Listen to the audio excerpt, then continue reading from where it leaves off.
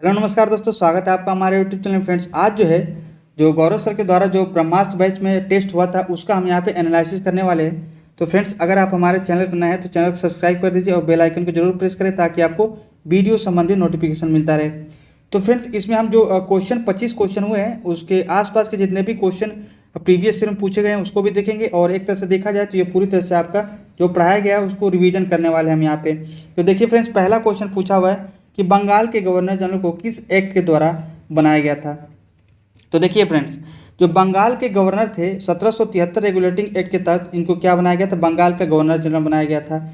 तो पूछता है कि बंगाल के पहले गवर्नर कौन थे, तो बंगाल के पहले गवर्नर आपको लगाना है लॉर्ड क्लाइव।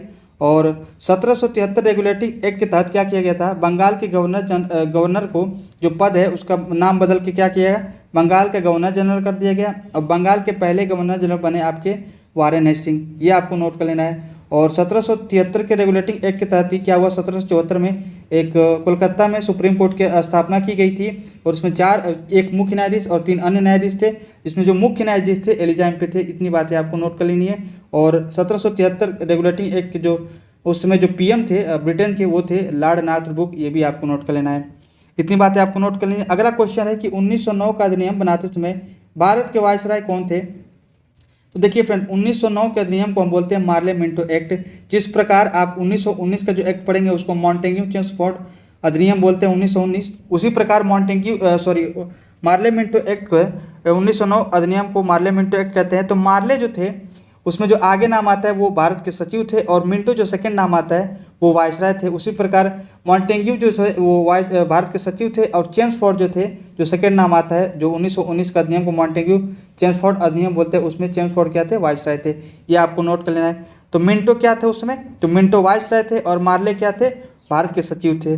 कैनिंग के बारे में अगर बात करें तो कैनिंग जो थे फ्रेंड, कैनिंग के बारे में आप नोट कर लेना है कि ये पहले जो बने थे भारत के वायसराय कौन बने थे, तो कैनिंग बने थे। और ये जो भारत शासन अधिनियम 1858 के तहत इनको बनाया गया था। जो गवर्नर जनरल जो था, भारत के गवर्नर जनरल का पद बदल के उसको वायसराय कर दिया गया था। किस अधिनियम के तहत, 1858 के तहत, ये भी आपको नोट कर लेना है। और यही जो थे कैनिंग ने क्या किया था, इलाहाबाद घोषणा पत्र पढ़ी थी 1 नवंबर 1858 में। इतनी बातें आपको नोट कर लेनी है। तो 1909 अधिनियम कब बना था, तो 1909 अधिनियम को बोलते हैं मार्ले मिंटो एक्ट, और उसमें मार्ले भारत के सचिव थे और मिंटो उसमें वायसराय थे। इतनी बातें आपको नोट कर लेनी है। अगला क्वेश्चन है क्वेश्चन नंबर 3, भारत में लोकसभा आयोग, ये इंपॉर्टेंट है।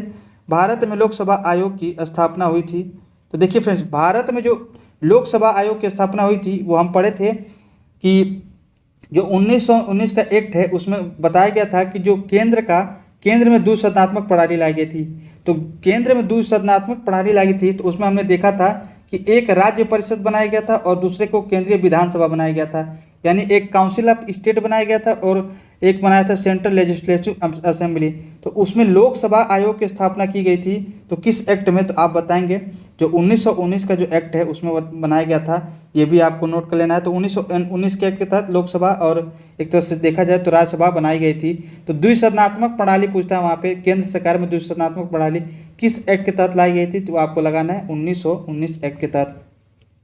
वहीं उसमें जो 1919 एक्ट था जिसे हम मॉन्टेग्यू चेम्सफोर्ड बोलते हैं, उसमें जो प्रांत में द्वैत शासन लगाया था, ये भी आपको नोट कर लेना है। और 1909 का जो अधिनियम था इसमें हमने पढ़ा था कि जो आपके सांप्रदायिक निर्वाचन प्रणाली है बहुत इंपॉर्टेंट है 1909 के लिए। तो इसका जो क्वेश्चन था कि लोकसभा आयोग की स्थापना की गई थी 1919 एक्ट के तहत। और ये जो 1909 में हमने पढ़ा था कि जो सांप्रदायिक निर्वाचन प्रणाली लाई गई थी, उसमें प्रत्यक्ष निर्वाचन को क्या किया गया था, इसमें लाया गया था।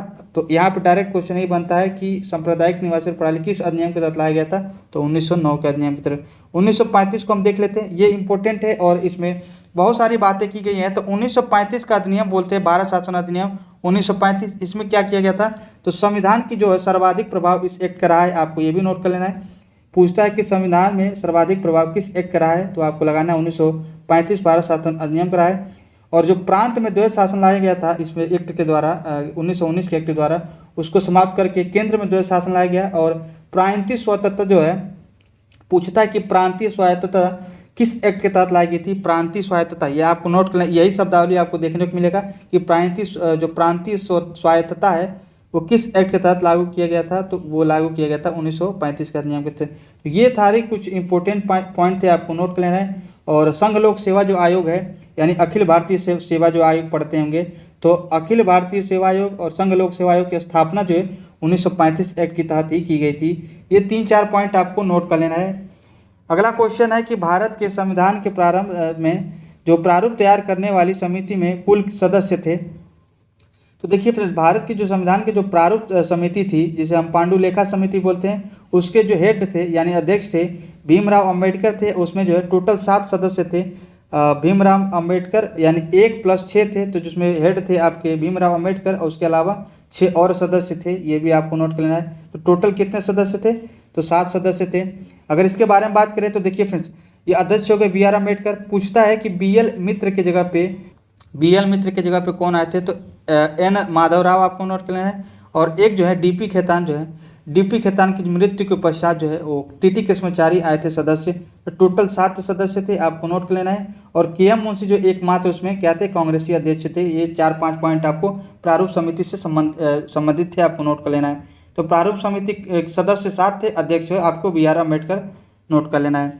अगला क्वेश्चन है कि भारत एक गणतंत्र है, इसका अर्थ क्या है। तो देखिए फ्रेंड, भारत एक गणतंत्र का अर्थ होता है कि किसी भी देश का, भारत ही नहीं किसी भी देश का अगर राष्ट्राध्यक्ष जो है निर्वाचित होता है, उसे हम क्या कहते हैं, गणतंत्र देश मानते हैं। जैसे कि भारत के जो राष्ट्रपति होते हैं वो राष्ट्राध्यक्ष होते हैं और उनको जो है निर्वाचित किया जाता है। ये भी आपको नोट कर लेना है। तो इसीलिए इनको क्या, भारत को गणतंत्र माना जाता है। तो इसके कहने का मतलब है कि भारत में वंशानुगत शासन नहीं होना चाहिए। जैसे ब्रिटेन जो है वो क्या है कि एक प्रकार का वो गणतंत्र नहीं है, वो राजतंत्र है वहाँ पे, क्योंकि वहाँ पे राजा का जो क्रम है, जैसे कि उनका बेटा वंशानुगत उनका जो राष्ट्राध्यक्ष है वो चुने जाते हैं। इसीलिए क्या है कि ये जो ब्रिटेन है वो एक प्रकार का राजतंत्र है और भारत है गणतंत्र देश है।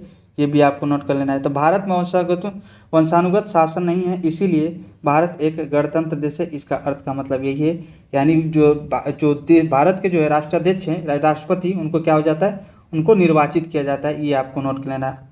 और अगला क्वेश्चन है क्वेश्चन नंबर 6।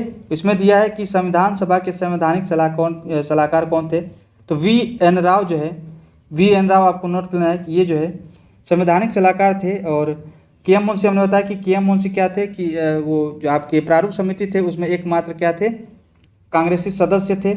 और सच्चिदानंद सिन्हा जो है, जो 9 अगस्त 1946 को जो संविधान सभा की प्रथम बैठक हुई थी उसमें अस्थायी रूप से अध्यक्ष इनको चुना गया था। और TT कृष्णमाचारी के बारे में हमने बताया कि TT कृष्णमाचारी जो प्रारूप समिति है वो DP खेतान की मृत्यु के बाद इनको चुना गया था, TT कृष्णमाचारी को।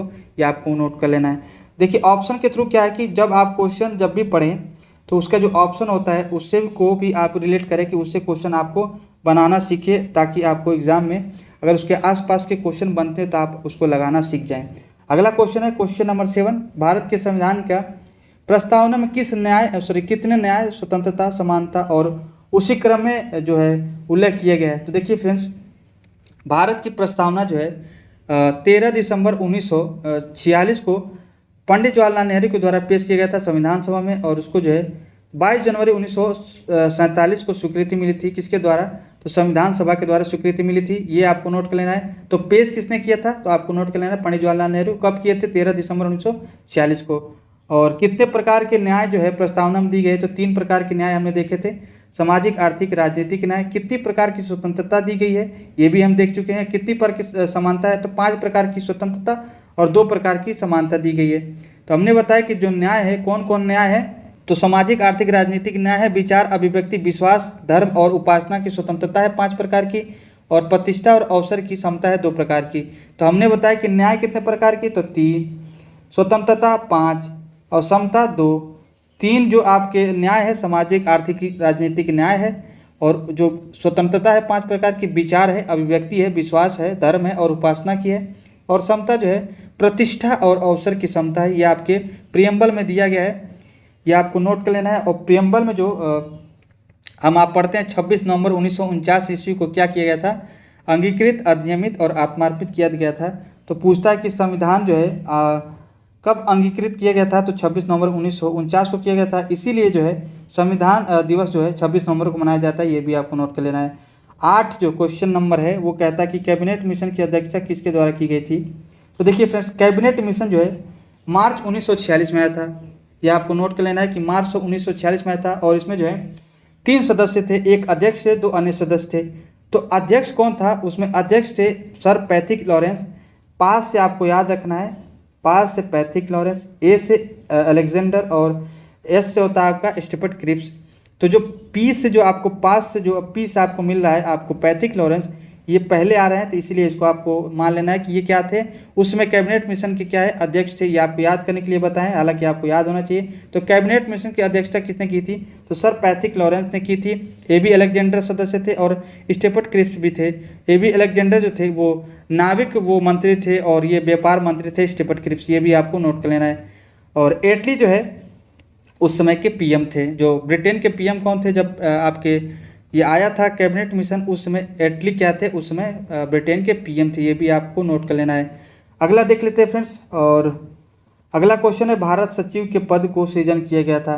तो देखिए फ्रेंड्स, हमने बताया कि जो आपके भारत के गवर्नर जनरल का जो पद था उसको समाप्त कर दिया गया था 1858 के तहत। और उसी समय जो है एक भारत सचिव का पद भी लाया गया था। ये भी आपको नोट कर लेना है। तो भारत सचिव का पद कब लाया गया था? तो 1858 के अधिनियम के तहत, ये आपको नोट कर लेना है। और 1861 में आपको एक पॉइंट नोट कर लेना है कि जो आपके गवर्नर जनरल थे उनको क्या किया था? अध्यादेश जारी करने की शक्ति दी गई थी। ये भी आपको नोट कर लेना है।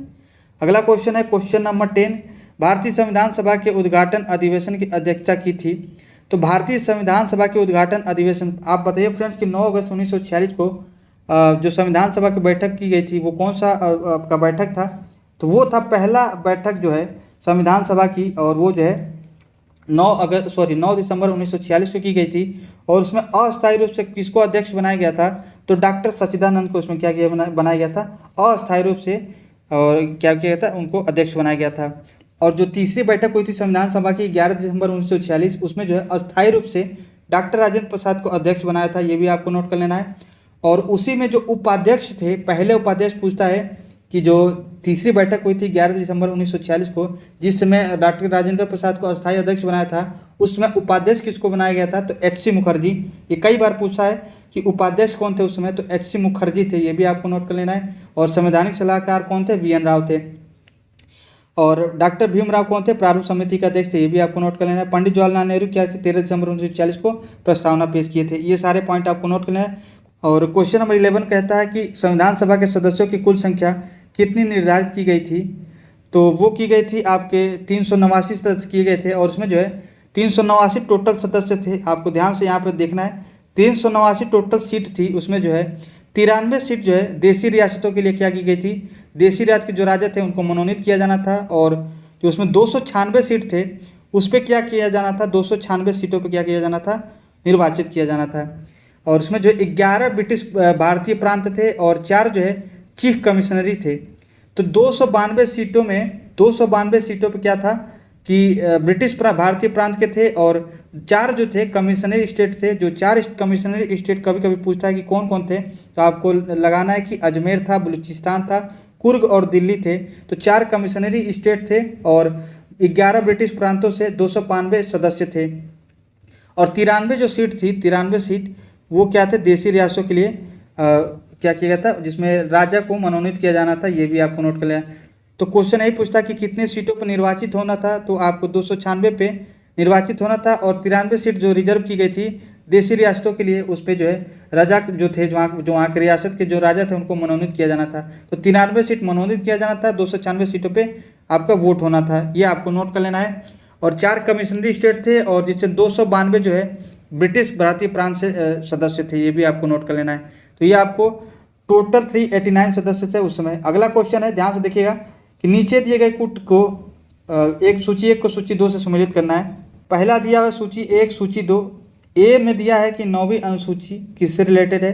तो देखिए फ्रेंड्स, 9वीं अनुसूची हमने बताया था कि 9वीं अनुसूची जो है जोड़ी गई थी संविधान संशोधन के तहत, और वो जो है पहली संविधान संशोधन 1951 के तहत जोड़ी गई थी। और उसमें जो है भूमि सुधार से संबंधित कानून को दिया गया है। और 10वीं अनुसूची हमने बताई थी कि 52वां संविधान संशोधन 1985 के तहत जोड़ा गया था, और उसमें दल बदल संबंधित कानून दिए गए थे। और 11वीं अनुसूची 73वें संविधान संशोधन 1992 में जोड़ा गया था, और इसमें जो है पंचायती राज संस्थाएं के बारे में बताया गया। और 12वीं अनुसूची जो है चौहत्तरवें संविधान संशोधन 1992 के तहत जोड़ा गया है। इसमें जो है नगर पालिका संबंधित बातें की गई हैं। तो ये आपको 9वीं अनुसूची पहले संविधान संशोधन 1951 के तहत जोड़ी गई थी। 10वीं अनुसूची आपके 52वां संविधान संशोधन 1985 के तहत जोड़ी गई थी। 11वीं अनुसूची जो है वो आपको जोड़ी गई थी 73वें संविधान संशोधन 1992 के तहत। 12वीं अनुसूची आपको जोड़ी गई थी आपके 74वें संविधान संशोधन 1992 के तहत। और 9वीं अनुसूची में भूमि सुधार संबंधित बातें की गई है, नियम कानून दिए गए हैं। और 10वीं अनुसूची में दल बदल संबंधी कानून है। आपके 11वीं अनुसूची में पंचायती राज व्यवस्था संबंधित दी गई है। और 12वीं अनुसूची में नगर पालिका संबंधित बातें की गई हैं। ये सारे पॉइंट आपको नोट कर लेना है। टोटल आपके संविधान में कितनी अनुसूचियाँ हैं? तो 12 अनुसूचियाँ हैं। मूल संविधान में पूछे तो आपको लगाना है 8 अनुसूचियाँ थी, बाकी 4 जो है संविधान संशोधन के तहत जोड़ी गई थी। अगला क्वेश्चन है कि निम्नलिखित में से किस अधिनियम द्वारा प्रांतों में द्वैध शासन प्रारंभ की गई थी? तो फ्रेंड्स मैंने आपको बताया अभी कि 1919 के जो भारत शासन अधिनियम था, मॉन्टेग्यू चेम्सफोर्ड अधिनियम भी बोलते हैं, उसमें जो है प्रांतों में द्वैध शासन लाया गया था। इसको जो है हटाया कब गया था? 1935 का अधिनियम जो है प्रांतों में द्वैध शासन को हटा के क्या किया गया था? केंद्र में द्वैध शासन लागू कर दिया गया था। इसमें आपको 1919 में आपको नोट कर लेना है कि 1909 के जो 1919 का अधिनियम है उसमें प्रांतों में द्वैध शासन लाया गया था और केंद्र में द्विशासनात्मक प्रणाली इसके तहत लाई गई थी। और जो लोक सेवा आयोग है, जो आप पढ़ते होंगे, जो लोक सेवा आयोग, उसकी जो है सिफारिश की गई थी कि लोक सेवा आयोग के गठन किया जाएगा, उसकी केवल सिफारिश की गई थी। हालांकि इसका गठन जो है कब किया गया था? तो 1926 में किया गया था। ये भी आपको नोट कर लेना है, ली आयोग की सिफारिश पे। और महिलाओं को पहली बार वोट देने का अधिकार भी दिया गया था 1919 में, ये आपको नोट कर लेना है। और इसका जो लागू करने की तिथि थी 1921 में। ये जो लागू हुआ था 1919 का एक्ट, वो कब लागू हुआ था? 1921 में। और महिलाओं को पहली बार वोट देने का अधिकार इंपॉर्टेंट है, 1919 में दिया गया था। और प्रांतों में द्वैध शासन 1919 के तहत ही लाया गया था। और केंद्र में द्विसदनात्मक प्रणाली जो है कि 1919 अधिनियम के तहत लाया गया था, ये आपको नोट कर लेना है। और अप्रत्यक्ष निर्वाचन प्रणाली कभी कभी पूछता है तो वो भी लगा लेना कि अप्रत्यक्ष निर्वाचन प्रणाली 1892 के भारत शासन अधिनियम के तहत लाया गया था। और प्रत्यक्ष निर्वाचन पूछे तो प्रत्यक्ष निर्वाचन प्रणाली जो है 1909 के भारत शासन अधिनियम के तहत लाया गया था। और इसमें जो है मुस्लिमों को क्या किया गया था? प्रत्यक्ष निर्वाचन के लिए वोट भी वही देते थे और जो उम्मीदवार होते थे वो भी मुस्लिम होंगे, ये बताया गया था। और 1909 को अधिनियम को ही कहा जाता है कि फूट डालो शासन करो, ये भी आपको नोट कर लेना है। और बजट पर पूरक प्रश्न पूछने का अधिकार इसी अधिनियम के तहत दिया गया था, 1909 के अधिनियम के तहत। और 1919 के बारे में हमने बता ही दिया कि क्या है, तो प्रांतों में द्वैध शासन का जो प्रारंभ है 1919 के अधिनियम के तहत की गई थी। ये सारे पॉइंट हमने जितने भी आपको बताए हैं ये आपको नोट कर लेना है। अगला है आपका क्वेश्चन नंबर 14। और इसमें जो है पूछा है कि किस अनुसूची में, ध्यान से देखिएगा, पूछा है कि निम्नलिखित में से किस अनुसूची में संसद के सदस्यों को राज्यसभा के सभापति और उपसभापति तथा लोकसभा अध्यक्ष के और उपाध्यक्ष के वेतन भत्ते के बारे में कहा गया है? तो देखिए फ्रेंड्स, पहली अनुसूची हमने बताई थी कि केंद्र राज्य और यूटी जो है उससे संबंधित है, और उसके नाम से संबंधित, जिसमें अभी फिलहाल में 28 राज्य और 8 केंद्र शासित प्रदेश थे। तो पहली अनुसूची होगी। दूसरी अनुसूची में बताए थे पेमेंट से संबंधित है, वेतन भत्ते से संबंधित है, और तीसरी ओथ से संबंधित है, यानी शपथ के बारे में बताया गया है। कोई किसके शपथ के बारे में हमने डिटेल में पिछले वीडियो में बात की थी। और चौथी अनुसूची में राज्यसभा में जो आपके सीटों का आवंटन है वो चौथी अनुसूची में कही गई है। और 5वीं अनुसूची में बताया था जो ट्राइबल्स एरिया के जो अनुसूचित क्षेत्र का प्रशासन संबंधित जो बातें की गई है वो अनुसूची 5 में बताई है। अनुसूची 6 हमने बताई थी कि जो आपके स्पेशल प्रोविज़न दिए गए हैं, जो आपके असम, त्रिपुरा, मेघालय और मिजोरम जो राज्य है उसको जो है स्पेशल स्टेट माना गया है, ये भी आपको नोट कर लेना है। तो हमने बताया कि पहली अनुसूची किससे रिलेटेड है? तो संघ राज्य क्षेत्र से संबंधित है। दूसरी अनुसूची किससे संबंधित? तो वेतन भत्तों से संबंधित है। तो पूछा है कि संसद के सदस्यों, राज्यसभा तथा सभापति, उपसभापति, लोकसभा अध्यक्ष वेतन भत्ते किसमें है? तो अनुसूची 2 में, ये आपको नोट कर लेना है। अनुसूची 5वीं में आपको नोट कर लेना है कि जो आपके ट्राइबल्स एरिया है, अनुसूचित क्षेत्र, जो अनुसूचित क्षेत्र, अनुसूचित जनजाति क्षेत्र जो है उनके जो प्रशासन है उससे संबंधित आपके अनुसूची 5 में दी गई है। छठा में हमने बताया कि जो स्पेशल स्टेट है, जो असम, त्रिपुरा, मेघालय, मिजोरम, उनके बारे में बताया गया। और 9वीं अनुसूची हमने आपको बताया कि पहले संविधान संशोधन 1951 के तहत जोड़ा गया था, और इसमें जो है भूमि सुधार संबंधित जो नियम कानून है ये दिया गया है। अगला क्वेश्चन है क्वेश्चन नंबर 15, प्रथम विधि आयोग का गठन किस अधिनियम के तहत की गई थी?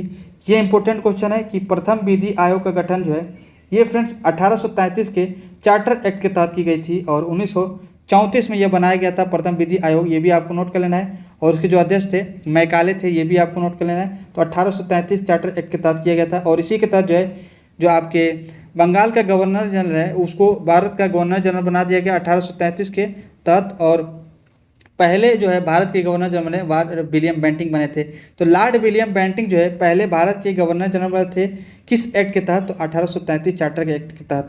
ये सारे बातें आपको नोट करना है। और प्रथम विधि आयोग 1834 में बनी थी और उसमें जो अध्यक्ष थे जो आपके मैकाले थे, ये भी आपको नोट कर लेना है। पार्लियामेंट एक्ट 1909 का अधिनियम है, ये हमने बात कर चुके हैं डिटेल में। 1919 का जो है मॉन्टेग्यू चेम्स्फोर्ड, इसमें आपको नोट कर लेना है। 1773 के बारे में भी हमने बात कर ली है। तो 1833 में ये सारी बातें आपको नोट कर लेनी है कि भारत के गवर्नर जनरल को बंगाल के गवर्नर जनरल को भारत के गवर्नर जनरल बना दिया गया। और पहले भारत के गवर्नर जनरल बने वो बने आपके लॉर्ड विलियम बेंटिंग, ये आपको नोट कर लेना है। तो ये थे आपका 1833 का चार्टर एक्ट, ये सारी बातें आपको नोट कर लेनी है। अगला क्वेश्चन देख लेते हैं फ्रेंड्स। क्वेश्चन दिया हुआ कि भारत संविधान में शामिल इकहरी नागरिकता किस देश से ली गई है? तो हमने बताया था कि ब्रिटेन से ली गई है, क्योंकि ब्रिटेन का यहाँ पे शासन रहा है। और संसदीय शासन प्रणाली में हमने बताया था कि ब्रिटेन से ली गई। तो संसदीय शासन प्रणाली, एकहरी नागरिकता, विधि का शासन, ये तीनों पॉइंट आपको नोट करना है। तो संसदीय शासन प्रणाली आपके ब्रिटेन से ही ली गई है। और आपको लगाना है कि एकहरी नागरिकता जो एकल नागरिकता है वो भी आपके ब्रिटेन से ही ली गई है। और तीसरा पॉइंट आपको नोट करना है, सबसे इंपॉर्टेंट है, विधि का शासन जो है वो भी कहाँ से लिया गया है? तो रूल्स ऑफ लॉ जो है वो भी आपके ब्रिटेन से लिया गया है। और रूल्स ऑफ लॉ जो है, विधि का शासन, ये किसके द्वारा कॉन्सेप्ट दिया गया है? तो डाइसी के द्वारा, ये भी आपको नोट कर लेना है। और ये भी नोट कर लेना है कि जो यूएसए है, जो अमेरिका है, वहाँ पे आपका दोहरी नागरिकता चलती है। और अमेरिका से क्या लिया गया? तो अमेरिका से ये भी लिया गया जो भारत के आपके मूल अधिकार है, सबसे इंपॉर्टेंट है। और न्यायपालिका की जो स्वतंत्रता है, तो मूल अधिकार का कॉन्सेप्ट कहाँ से लिया गया है? तो आपको लगाना है कि अमेरिका से लिया गया है। और ये भी इंपॉर्टेंट है कि राष्ट्रपति के जो महाभियोग है वो कहाँ से लिया गया? तो वो भी आपके अमेरिका से लिया गया। तो अमेरिका से हमने बताया कि मूल अधिकार जो लिया गया है, न्यायपालिका की स्वतंत्रता, और जो आपके राष्ट्रपति पर महाभियोग की जो प्रक्रिया है, जो आर्टिकल 61 में आप पढ़ते होंगे, वो अमेरिका से ही लिया गया है। ब्रिटेन से हमने बताया कि संसदीय शासन प्रणाली, एकहरी नागरिकता और विधि का शासन जो है ब्रिटेन से लिया गया। कनाडा से आप नोट कर लिए। और कनाडा से आपको नोट करना है कि कनाडा से अर्धसंघात्मक सरकार हमने बताया था और अपशिष्ट शक्तियाँ केंद्र में निहित होगी, ये कनाडा से लिया गया है। और आयरलैंड से जो नीति निर्देशक तत्व है, ये सबसे इंपॉर्टेंट है, जो नीति निर्देशक तत्व का जो कॉन्सेप्ट है आयरलैंड से लिया गया है। तो इसमें पूछा था एकहरी नागरिकता ब्रिटेन से लिया गया। अगला क्वेश्चन है, बोर्ड ऑफ डायरेक्टर और बोर्ड ऑफ कंट्रोल का पद किस अधिनियम के द्वारा समाप्त किया गया था? तो हमने बताया था कि जो 1858 का जो अधिनियम आया था, जो कि ब्रिटिश क्राउन का क्या है कि पूरी तरह से कंपनी को समाप्त कर दिया जाता है और भारत पे जो शासन हो जाता है वो ब्रिटिश क्राउन का हो जाता है 1858 के अधिनियम के तहत। और उसके बाद क्या किया जाता है कि जो बोर्ड ऑफ डायरेक्टर है, बोर्ड ऑफ जो कंट्रोल है, उसको समाप्त कर दिया जाएगा। जब कंपनी नहीं रहेगी तो ये दोनों रह के क्या करेंगे? और जो भारत का गवर्नर जनरल था उसका पद नाम बदल के भारत का वायसराय कर दिया गया। और एक भारत सचिव पद का भी घोषणा की गई थी 1858 के तहत। ये सारे बातें आपको नोट कर लेनी है। अगला आपका क्वेश्चन कि किस अधिनियम के तहत विभागीय प्रणाली तथा अध्यादेश जारी करने की शक्ति वायसराय को प्रदान की गई थी? ये इंपॉर्टेंट है। अभी हमने बताया कि 1861 के तहत जो है जो आपके वहाँ के जो वायसराय थे उसको क्या किया गया था? अध्यादेश जारी करने की शक्ति प्रदान की गई थी 1861 के भारत शासन अधिनियम के तहत। ये इंपॉर्टेंट है। तो अगला क्वेश्चन है क्वेश्चन नंबर 19, इसको देख लेते हैं फ्रेंड्स। इसमें दिया है कि सूची 1 को सूची 2 से मिलाना है, इंपॉर्टेंट है।